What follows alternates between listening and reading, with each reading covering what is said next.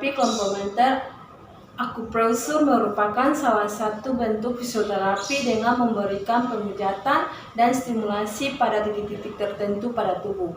Tujuannya untuk merangsang kemampuan alami menyembuhkan diri sendiri dengan cara memulihkan aliran energi positif pada tubuh. Klasifikasi akupresur yang pertama shiatsu.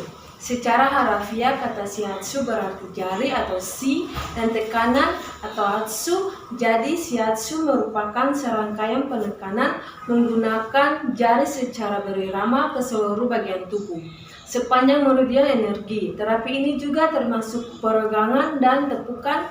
Titik-titik tekanan hanya disentuh antara 3-5 detik. Penanganan ini bisa merangsang sekaligus menenangkan. Yang kedua, ginseng. Ginseng merupakan pola penekanan yang lembut dan berkepanjangan pada titik-titik. Yang penting pada meridian, setiap titik ditekan selama 1-5 menit. Yang ketiga, doin. Doin merupakan bentuk pemijatan terhadap diri sendiri pada otot dan titik-titik meridian. 4. Tuina. Tuina merupakan pijat yang merangsang titik-titik akupresur dengan menggunakan berbagai ragam gerakan tangan. Oke, Bapak dan Ibu, selanjutnya saya akan menjelaskan tentang manfaat dari akupresur. Yang pertama, pencegahan penyakit. Jadi, akupresur dipraktikkan secara teratur pada saat tertentu menurut aturan yang sudah ada, yaitu sebelum sakit. Tujuannya adalah mencegah masuknya sumber penyakit dan mempertahankan kondisi tubuh. Yang kedua, penyembuhan penyakit. Akupresur dapat menyembuhkan keluhan nyeri dan dipraktikkan dalam keadaan sakit. Dan yang ketiga, rehabilitasi. Akupresur dipraktikkan untuk meningkatkan kondisi kesehatan sesudah sakit. Yang keempat, promotif. Dipraktikkan untuk meningkatkan daya tahan tubuh walaupun tidak sakit. Yang kelima, manajemen stres dan keseimbangan tubuh dan energi. Akupresur membantu seseorang dalam pengelolaan stres. Ini menenangkan ketegangan saraf dan meningkatkan ketahanan stres individu karena langsung bekerja pada sistem saraf otonom. Oke, selanjutnya meringankan nyeri. Akupresur dikenal memiliki efek jangka panjang pada nyeri di bagian tubuh yang berbeda.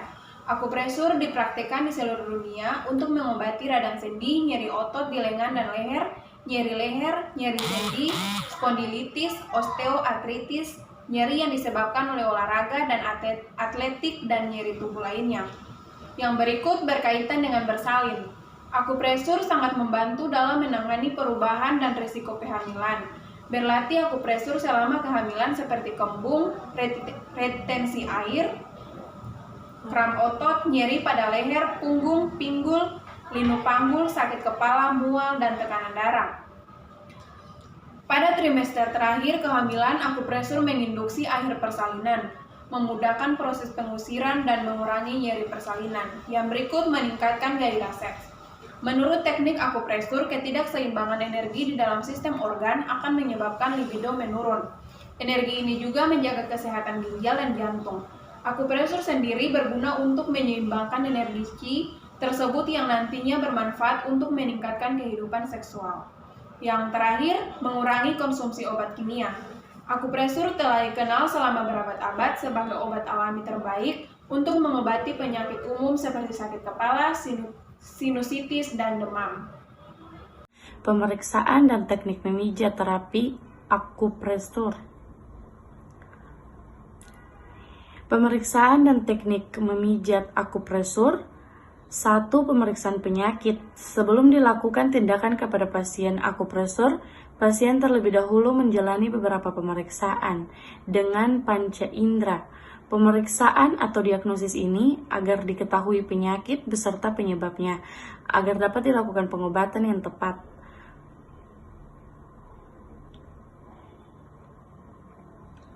Tahap awal yang harus dilakukan adalah dengan wawancara atau tanya jawab.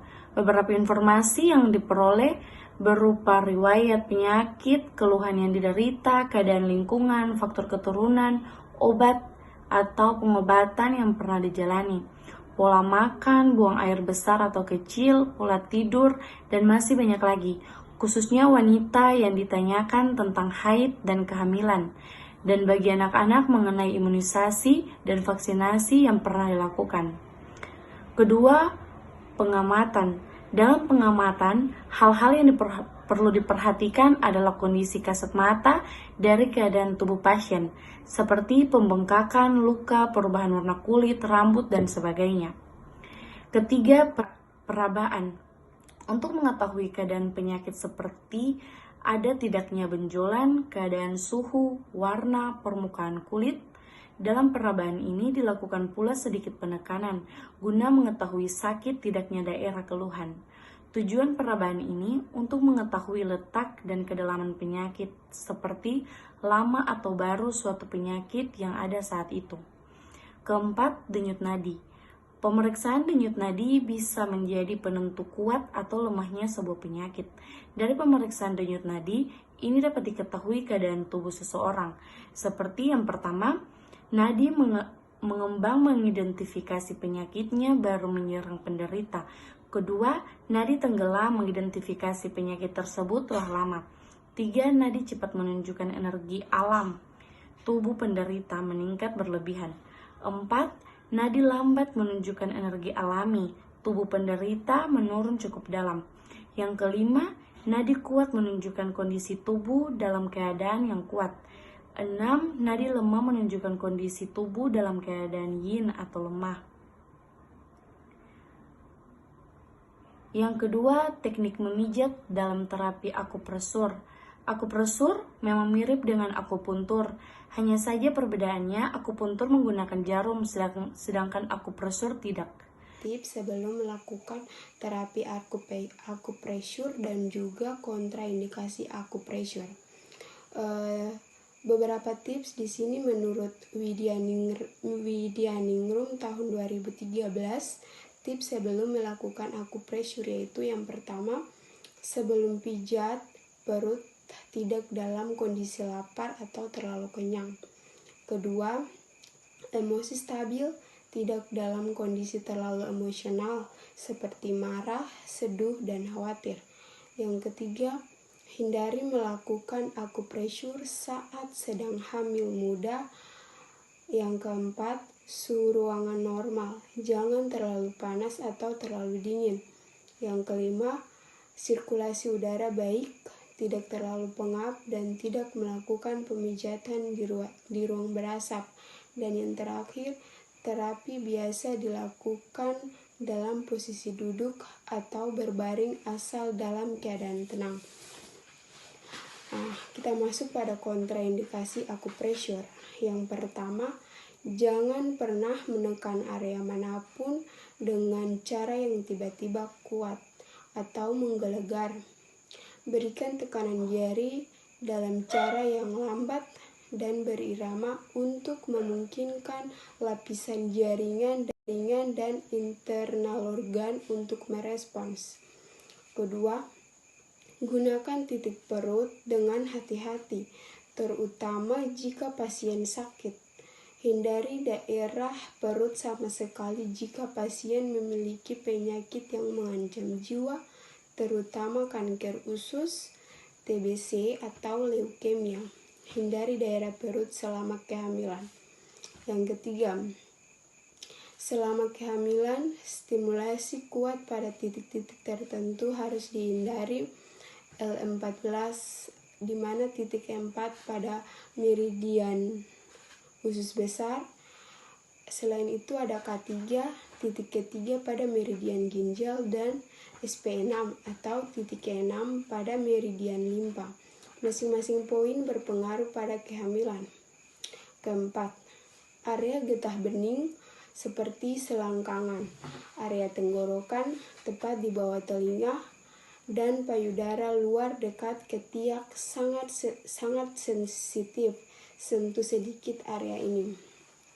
Kelima, jangan bekerja secara langsung pada bekas luka, bakar serius, tukak lambung, atau area infeksi.